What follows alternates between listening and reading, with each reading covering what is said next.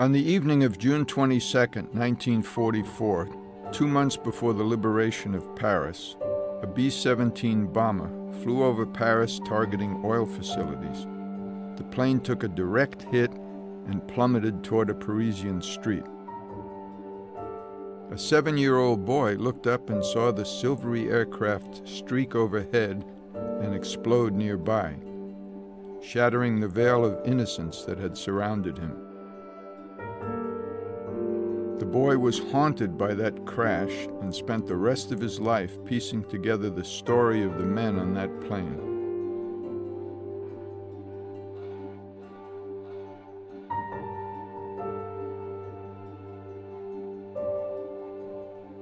He is René Psarolis, the Storykeeper. Graham Greene wrote, "There is always one moment in childhood when the door opens and lets the future in." This was such a moment for René. On June 22nd, 1944, evening, a glorious day, sunny, bright, blue skies. Us kids, when I said us kids, I was just trailing behind Big Brother, and we were playing in a street, Rue de la Chapelle, facing that lovely old church of Saint-Denis de la Chapelle. And then out of nowhere we heard that awful noise, those screaming engines, are really scary, that stopped us all. And we started looking up to see where it was coming from, and we just stayed put. We were like paralyzed, we were looking here, looking there, and finally, what was an aircraft came in. René Psarolis, who, as a young child, he was 7 at the time, he witnessed the fall of this airplane. That the aircraft was really like a ball of silver shimmering, really. But you couldn't see any smoke or anything. It was just that ball of silvery, shining thing in our face again. And again it disappeared. So we're all mesmerized, we're looking, and then a huge explosion, heavy, oily smoke coming in. We saw the plane circling before crashing, and you can imagine that for a 7-year-old boy, it is something that stays in your mind forever. My name is Albert Geoffroy. I saw the fall of the airman. The RC tail gun was flying very low. I think that's why the parachute didn't open. The body went through a roof and fell on a wheelbarrow. The Germans came to pick up the body with a tray. The local people refused to let them take the body under these disrespectful conditions, and the Germans came back with a truck. People wrapped his body in his parachute. They brought flowers to pay their respect. I remember that blood was coming out of the corner of his mouth. People brought flowers and sang the Marseillaise.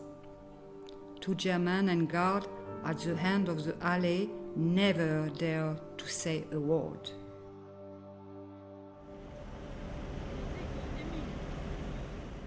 Maybe a few weeks, maybe a few months. In my dream, why didn't they come out? Why, we would have run after them. I could see them coming in the street there, huge, la Rue de la Chapelle. I could see them, and the whole population would embrace them. Well, I just imagined that they were alive. Rumors started coming, the Allies are coming, and folk went out of their buildings. They were all coming down into the street, sidewalks, and then we heard the tanks, the rumbling of tanks, all kinds of mechanized vehicles, jeeps. I still can smell the smell of those machines, the made in America, I suppose. Uncle Basil came running and he said, the war's over, the war's over. Le peuple de Paris est bon et joli.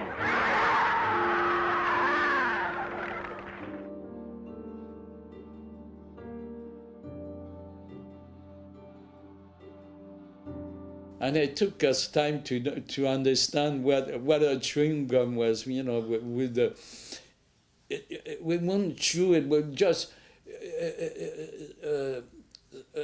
took the sweetness out, and then we would swallow it. We didn't know until one day one of those clever boys who were maybe 1 year or two older than me, he came up, he said, "You dodos, you don't know what you're doing. My sister told me what to do with a chewing gum."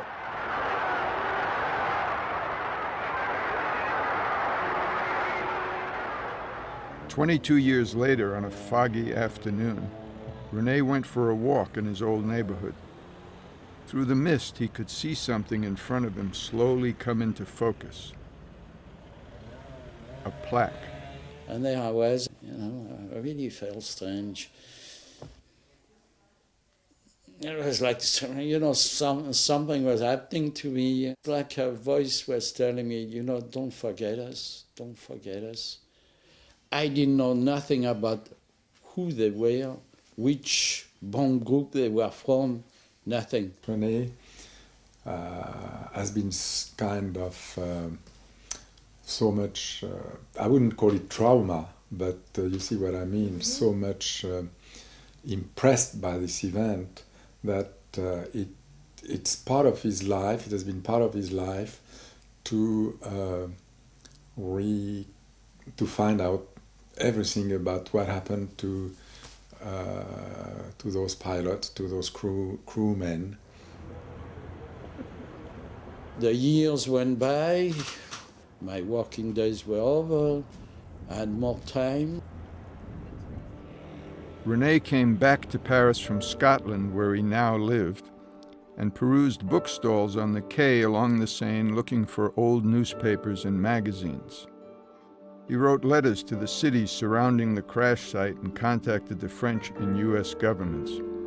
He put advertisements in the newspapers calling for eyewitnesses or anyone with information. Over the years, he collected the bits and pieces of the story that came to him. Things were changing as the years evolved. Doors were opening more and more, documents, all kinds of things were opening. Research was more available, and younger people were taking over in the city halls, into the museum, into the research places, and they were glad to see somebody who was coming with questions.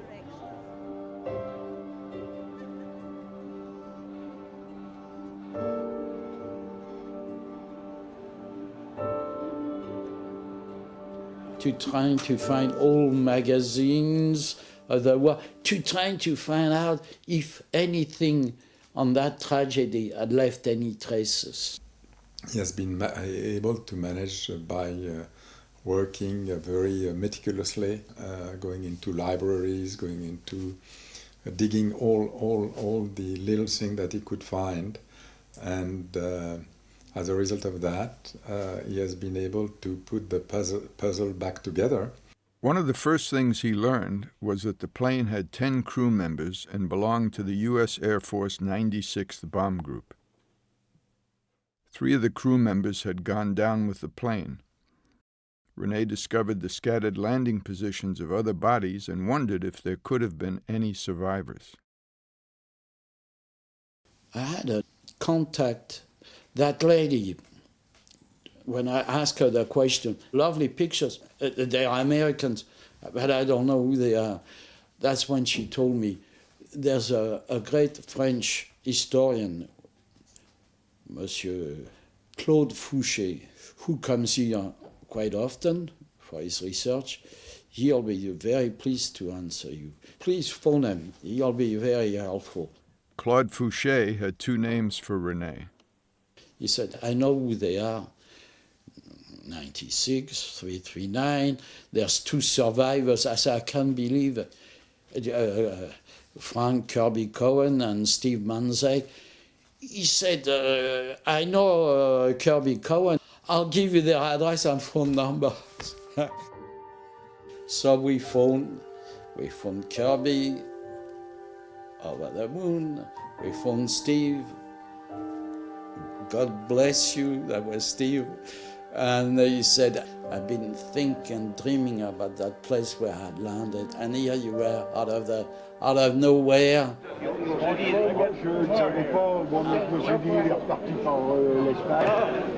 À la boy, Frank! Hey, René!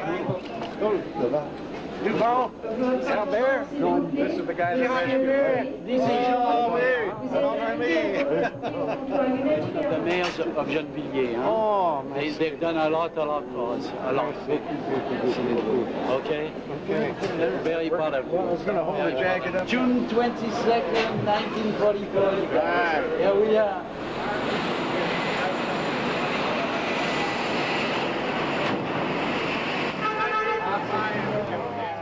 Kirby was a very, I think, a very, very nice man,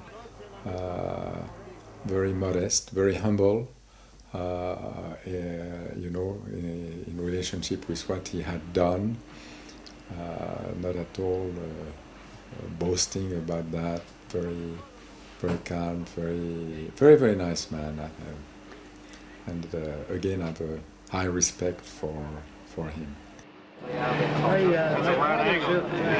là, nous sommes devant le chantier où nous allons construire des logements pour la population. And Kirby was listening, and I was listening, and we spent that night, it must have been 4 or 5 in the morning, we finally rested for a while, and then it was breakfast, and the authorities were there, you know, it was getting more official and ceremonies. And Kirby, of course, I stood by him, and he kept saying, oh, what's next? What's next? Keep smiling, Kirby, we're in the movies now.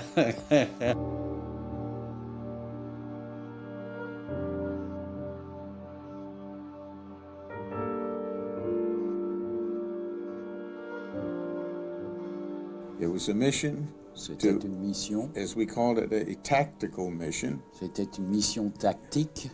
And we were to bomb the oil storage tanks just north of the city of Paris, Voilà. Gennevilliers. They came in at 21,000 feet, but it was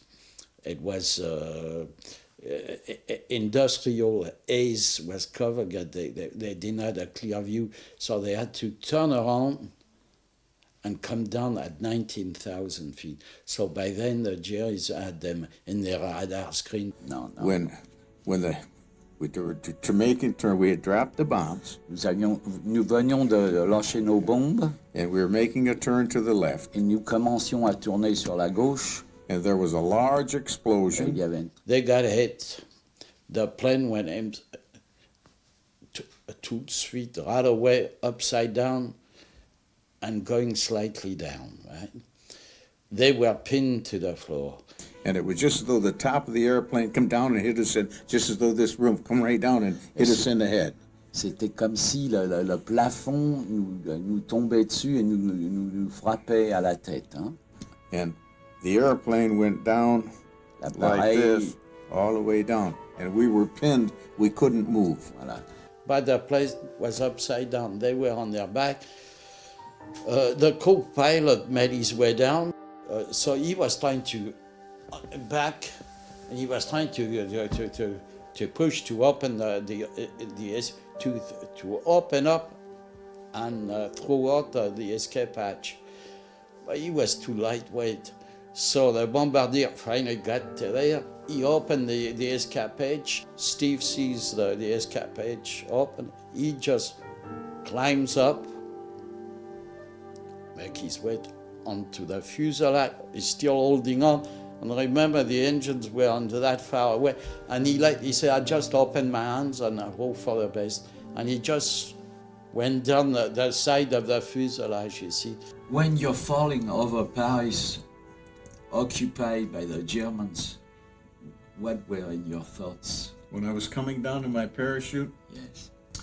well, at that time, I wasn't worried about what was going to happen. I was so happy that my arms were okay, my legs were okay, and I was concerned or interested in finding where I was going to land. So as I came down, Et comme je descendais, and the rooftops getting larger, les toits commençaient à s'approcher de plus en plus. the streets getting Les wider, rues se devenaient de plus en plus larges. the storage tanks burning. And he said at the same time I was getting over, the adrenaline was leaving my body and I was starting to feel the pain, and I was hiding behind a mountain of sand there, and I was saying to myself, am I in good hands? Will they do something? I took out my escape kit. J'ai sorti ma trousse d'évasion. That's the one that had francs and Swiss marks, il y avait de and l'argent German marks, européen, and a phrase pamphlet or book. Uh-huh. And I pointed to the phrase in French that said, I wanted help. Uh-huh. He said, no, he said, allemand, all around. And then they gave me a glass of cognac. By that time, the all clear had sounded. Uh-huh. And I was walking up the avenue, as I say, and I was starting to feel the cognac. Okay, And the population was all waving to me, and they were coming away with the V sign. Uh-huh. So I was waving back to them, just as though I had conquered Paris all by myself. So they managed to hide Kirby in the plant, actually in a big case where they had written unexploded bomb to make sure that Kirby wouldn't be approached by the Germans. And then the parents called my uncle René, as they knew him, to see what they should do. My uncle lived on the third floor of this building, 149 Boulevard Malesherbes in Paris. And that's where he kept Kirby for a little while after he had picked him in the plant where he had been hidden by some young kids who had seen the chute coming down. And then my uncle was called and brought him here. Kirby and Kirby in the metro. Kirby in the metro, and Kirby was handing his hand to a bar to stand up, and then and of course this was a sign. And of course this was a sign that he might not be French. So my uncle asked him to cover his watch, which he did, and then everything went okay. But your Uncle René had no responsibility to protect me. He did a fine thing. He took a great risk to his life to shelter me. There I met James Stewart, a downed British airman like myself who also was in civilian clothes. We were both betrayed by a person who had our confidence, and we were arrested by a squad of SS Gestapo soldiers on July 9th, 1944, and taken to Fresnay prison in the south side of Paris. On the 8th of July, and was taken to Friends prison. And on August the 15th, just a few days back, that whole prison was evacuated and taken to Buchenwald concentration camp, where I and many other down flyers were held for 60 days. And finally we got to a regular POW camp. However, for the last 50-some years, I kept saying, I want to go back and find out where I came down. And so now, Et maintenant, fini. c'est fini. It's all over. La mission, hein? Mission accomplished. Mission accomplished. La mission est And I know accomplie. where I came out. Closure. Closure.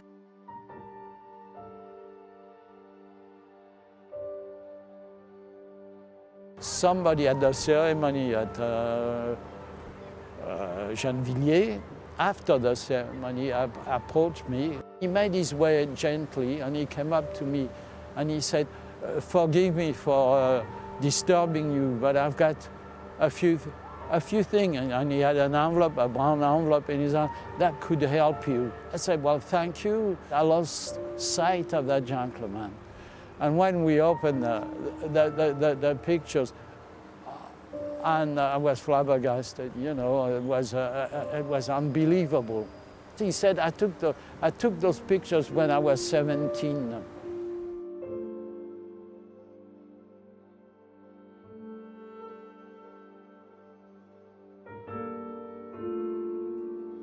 And thanks to René and the people in the township of Gennevilliers who wanted to celebrate this event.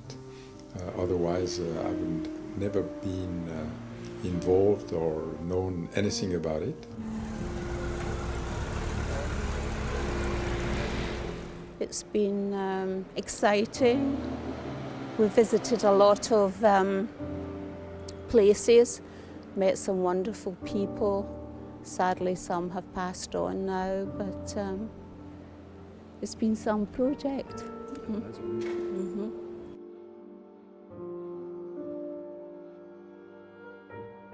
I don't think it'll ever be complete. I think he'll always be looking for information, finding out things to do, and all the details that seems to bug him but not other people. Well, it's been some life, hasn't it? A bit of an emotional roller coaster at times. When you get in touch with some of these families, it's been quite tearful sometimes, hasn't it? As if you're raking up old memories as well. I think a lot they needed to find out what had happened. There's no one left now. I mean, if he hadn't found out all that information, it would just have gone.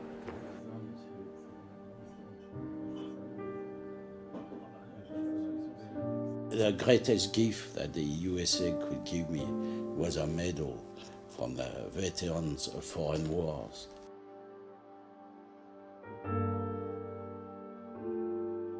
For the first time in 50 years, I relived my last moments before I hit the ground. And I was a little guy who didn't want to let go. Why me?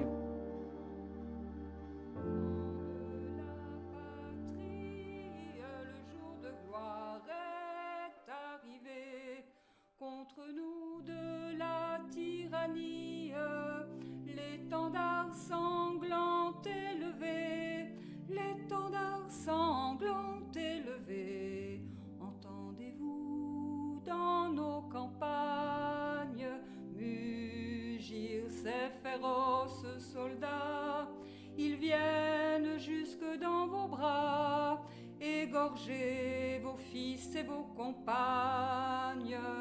Aux armes, citoyens,